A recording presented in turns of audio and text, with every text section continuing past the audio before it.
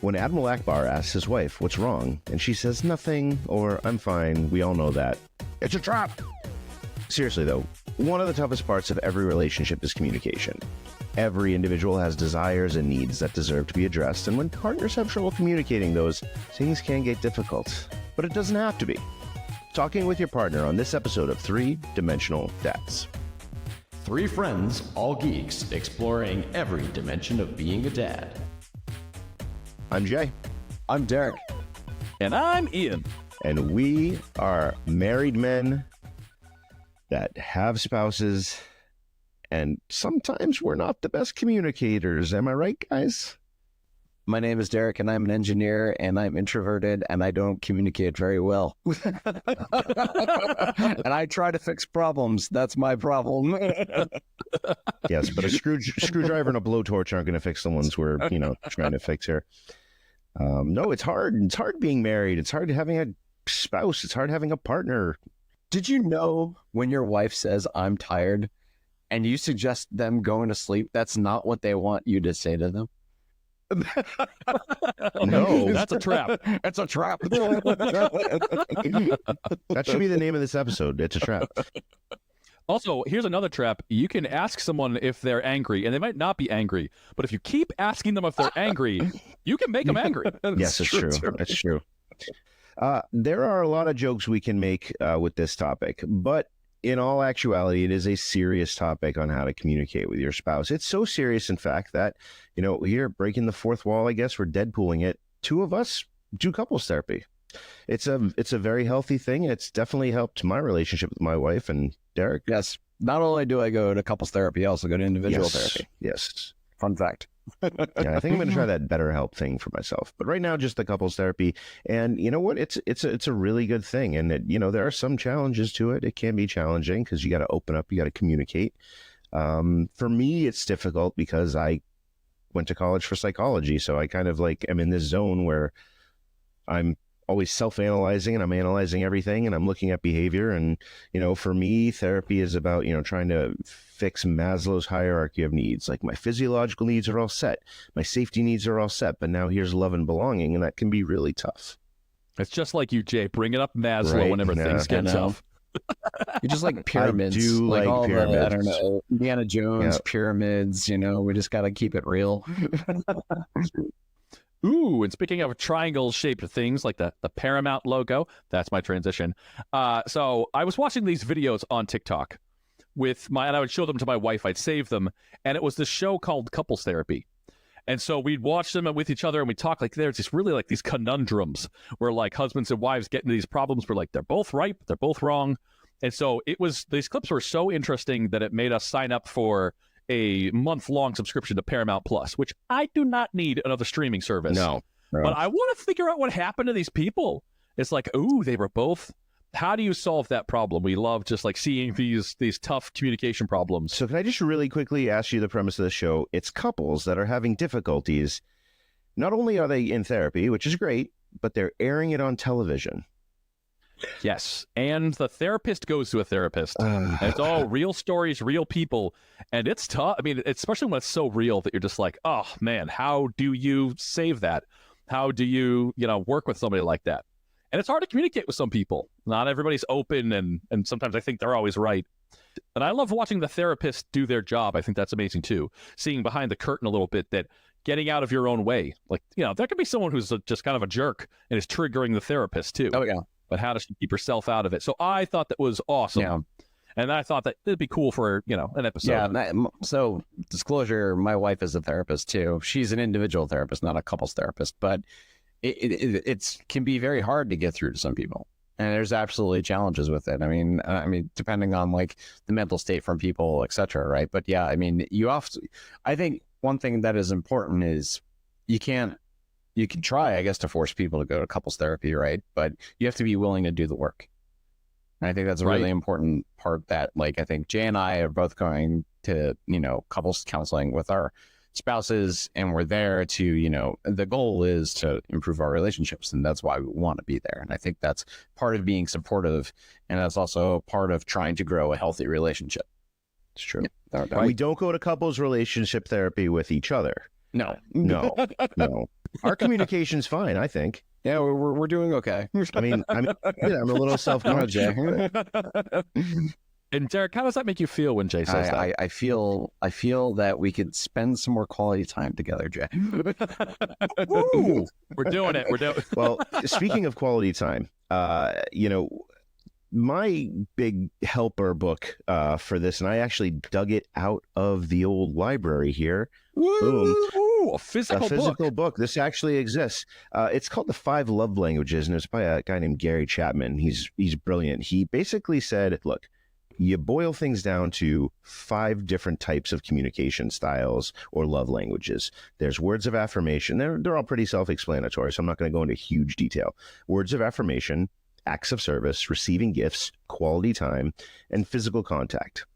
Now, it seems simple, but it isn't, right? Your love language might not match up with your partner's love language, and that can be difficult. And that's where the communication issue comes in. And that's where like therapy has kind of helped, understanding each other's love language. Because if you think about like someone, let's say Spanish, for instance, you've heard a little bit of Spanish before, you can kind of get some words, but you really can't understand the full context of the language. And that's kind of, again, what counseling has done and what reading the book and, like you said, Derek, doing the work. That's really what's helped. My love language is words of affirmation. I need to hear confirmation that I'm good and doing good things. My wife's love language, physical contact. And, with a little bit of quality time mixed in there. And we've had our fits and starts with talking to each other the right way, right? Talking to each other, but we're getting better with it. And really the book, Chapman's kind of thesis about these love languages has certainly helped a lot. So that's one of the tools that I use in order to, improve my communication with my spouse. Yeah, that book is really famous. And that's also the basis for a lot of other things like the 7 Habits of Highly Effective People and things. A tool that my spouse and I use, my wife and I use, is something actually, it's related to that.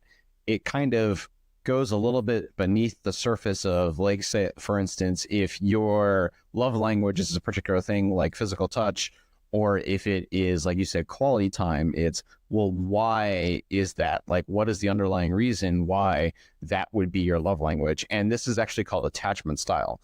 And you can look it up online, the different styles of relationship attachments. Basically, attachment style is formed out of childhood. And it really has a lot to do with how you were brought up or how you felt secure in the relationship with your parents or your guardians growing up.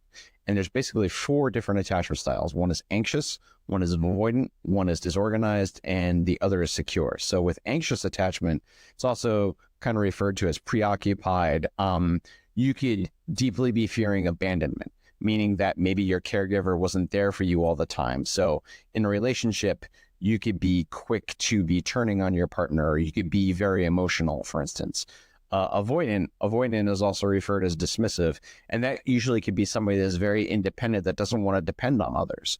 Maybe they didn't have guardians there, or they didn't have parents that were, constantly there giving them guidance, so they had to basically fend for themselves, and they don't want to seek to depend on others or seek the approval of, other social bonds. Disorganized is also kind of for like fearful and avoidant. It's kind of a mix of both things where you want intimacy and closeness, but you have real big problems with trust and depending on others. And secure, of course, would be like the bottom of the pyramid that everybody wants. It's you are trusting to your partner. You are secure in who you are and in your partners. You can rely upon them and they can rely upon you. And that's kind of like what the goal attachment style would be in a relationship. So there's something I'm seeing there, right? Like anxious, avoidant, and disorganized are all not only things that are difficult for couples, right? But it's also self, right? Yes. It's problems that affect self. So like, the definition of anxiety is the fear of things that haven't happened yet, right? Right? Or being avoidant means not being able to face your feelings and getting in touch, and disorganized obviously is not being able to form structures to get to it. And this is one of those things, I think, where that individual therapy piece and the couples counseling kind of comes together, right? Because you gotta work on yourself too before you can have success with your partner, right? Like, love yourself first before you love someone else. if you're having one of those attachment styles that's not quite, on the ball, if you're anxious or if you're avoidant or disorganized, I mean, that's really that you got to do a lot of self work too. Oh, absolutely. Yep. So then I heard about this one called 5 Levels of Communication by this guy named John Powell. And I thought they were interesting as parents. We're talking like, marriage and couples and things. But for these kind of 5 levels of communication, the first one's cliches and surface that are just kind of like very surface level stuff, non-sharing stuff. The second level is facts. So the sharing what you know, which I think is where we get stuck a lot as parents, is like, this person needs to be here at this time. The dog has been fed. The things have been, the trash has been taken out. I feel like we get stuck there a lot. And so then there's this next level down, a little deeper, is opinions, sharing what you actually think about things. The next level down even further is feelings, sharing, how you feel about something, your own internal self. And then the last is needs. And I've also heard that being like kind of dreams as well, who you are, kind of the full transparency and intimacy, which I think, just like with what you were saying, Derek, that's where you want to get to, is like having those deep conversations about what you actually really need. And yeah, I think that there are all these kind of traps there, is that as parents, it's so easy to get stuck. Every day you have an hour. It's like we get home, we're doing dinner. It's hard to have time to talk about these kind of things and to get deeper. It's out of place if you're not taking the time to get there. You can't just be like, hey, here are my dreams. It's like, okay, I'm cooking dinner and the dog needs to go out. It's like, I feel like it's very easy to get caught there. This sounds very familiar. I mean, this is kind of the struggle that we have ongoing, right?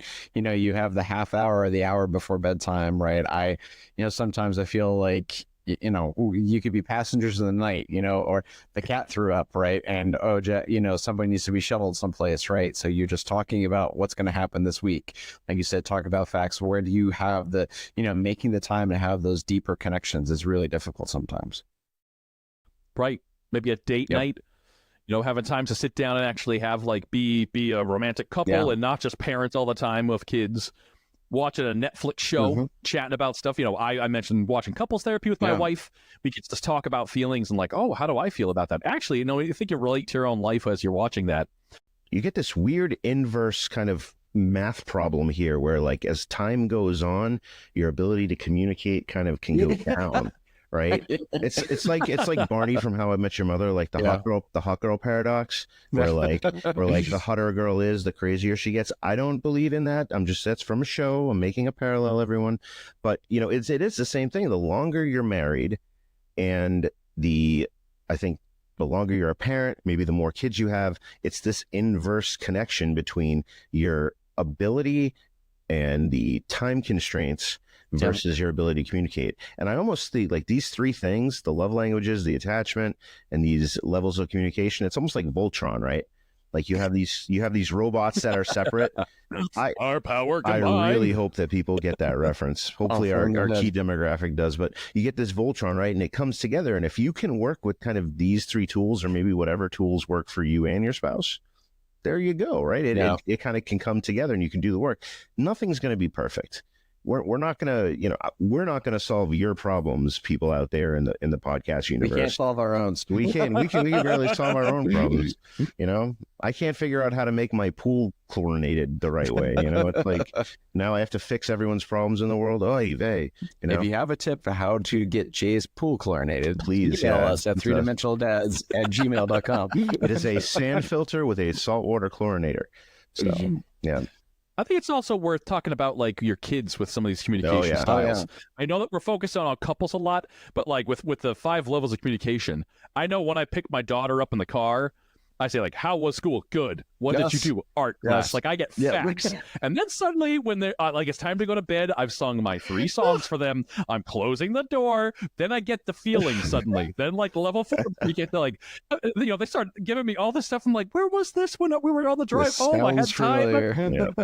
It's bedtime and the gears are turning. I know. So I think that's kind of fun too as a parent to see these communication styles. I'm driving the car. We're going to the supermarket. and all of a sudden, Dad, where do people go when they die? Like, I'm sorry, I'm just trying to make a left turn and go into the parking lot, and I'm thinking about, how much deli chicken do I need? And all of a sudden, I have to like go to these deep feelings about. It's hard. Like kids really throw a curveball into everything. Like your spouse can be predictable. If you have kids, totally unpredictable, right? It's like trying to tackle a Tasmanian devil on PCP. It's like you just can't handle it.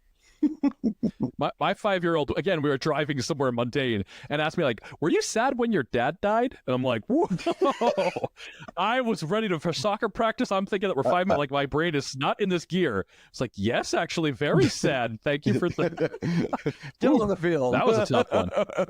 You're in the middle of Thanksgiving dinner. Dad, where do babies come from? Pass the gravy. It's very inappropriate times, but okay. I think, too, when you have multiple kids, you're trying to teach them how to communicate with each other. And so that's another thing that I feel like I've been in the middle of is like the girls having conflicts, having arguments. And so, there's this position to get put in of like, am I the ref or do I just make them work it out themselves? Because like sometimes that happens. I mean, they go for the jugular. Yeah. So I feel like they need a ref sometimes because, it's not like the things I'm hearing. I'm just like, oh my God, like I'm never going to be your friend again. Like, okay, hold on. We're not going to say that stuff, but they need to learn how to work it out. Like having those skills of communicating how you feel and what they did. I have 2 little girls. One is 5, one's 7. And so they're both talking now because there was a time when there was a toddler, like a non-speaker and someone who could talk, and they still needed to communicate all the time. And so they have to learn this. And I feel like it's really a big bonus that they get to learn how to communicate and how to talk with each other and develop those skills. And I will say this too, just in regard to learning how to communicate. I think one of the most benefits I've had for my professional career is having children and learning how to communicate with children, because those lessons are also applicable to the workplace and how you have empathy with people and how you handle certain situations. And it's so true. And I think we're going to dive more on communicating with kids. We're going to have an episode that's going to be coming about, and we're going to be talking about Inside Out 2 and Inside Out 1 about emotions and feelings. So then we're going to dive into that a little bit, kind of further down the road for all the parents out there and things. I just love the fact that I work with teenagers and I'm getting like such a great preview of what my daughter is going to be like maybe when she grows up, both for better or worse, man. Yes. And I tell you, I have some of my students actually listen to this podcast. They think it's awesome. I played a little audio clip of one of my kids singing our praises and how they love the podcast. But I tell you, I've learned so much from the kids in my classes about how to communicate amongst groups, right? Mm. Because it's not just high school, it's not just teenagers, right? When you put people together, and it's hard for, I think Derek and we have one kid. Right. So our kids don't have siblings to communicate with. It's just outside of it. But seeing how kids communicate with each other, I can take those lessons back, to Leora eventually. She's 7 right now. Do you also learn terms like Riz and mewing? Yes. Riz, mewing.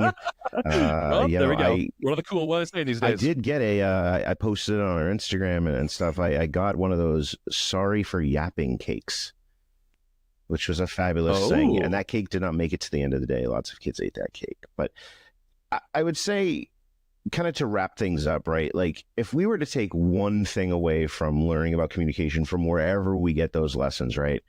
I feel that the best lesson for me is using I statements, right? Because not only are my feelings valid, but my partner and my spouse and my kid and my teenagers that I have in class, their feelings are valid too, and they deserve to be heard.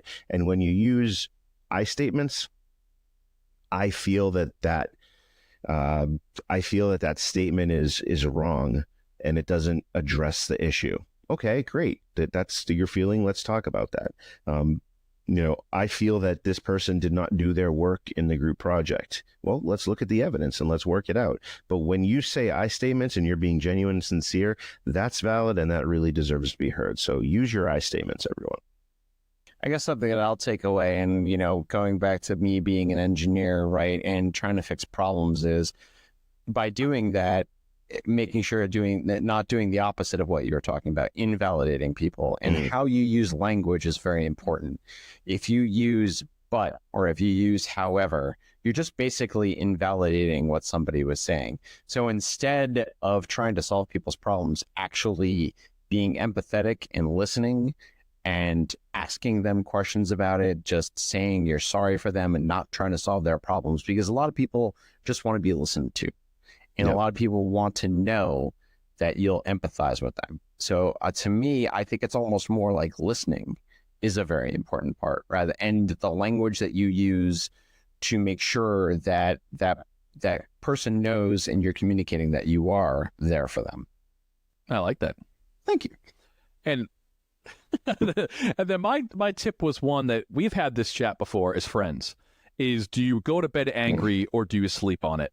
When you're having a conflict, you're having something. And I know, conflict also, it's very important for your kids to see you talk with your spouse in front of them, to witness that, you will have conflicts, you will have arguments. It can't always be you agree on everything always. And having your kids see that and see you come to a resolution and work through and to use these things, I think is invaluable for them to be a witness to this kind of communication so that they can learn these things. But then there's that, when you have a conflict that goes to that next level, I can't go to bed angry. I will always turn it around. That's like a me thing, is I'll be like, we can always shift gears. There's nothing more important than us as people and our marriage and all that stuff. No problem that pops up is bigger than that. But I know, that's not always the way. Sometimes letting people cool down a bit and sleep on it, I've heard that too. I have a really hard time with that. Sometimes you just need the big timeout. Yep. Right? The old Zach Morris, if people get that reference too, right? Sometimes you just got to stop and you got to let things breathe. And then hopefully you come back with a new perspective. Communicating with your spouse can be challenging, but that just tells us how important it is to work at it. Learning about communication can really benefit all aspects of our lives. Did we communicate this episode clearly to you? Are you in a relationship where communicating is an issue? Drop us a line in our Instagram and TikTok, or email us at 3dimensionaldads@gmail.com. Join us next time where we talk about our kids and their emotions. As parents, we're constantly trying to help our kids manage their emotions, which is hard. But thank goodness for Pixar and the movie Inside Out. We'll talk about what we've learned from these films and how they've helped us better understand our children on the next 3-Dimensional Dads. Fatherhood in the Next Dimension.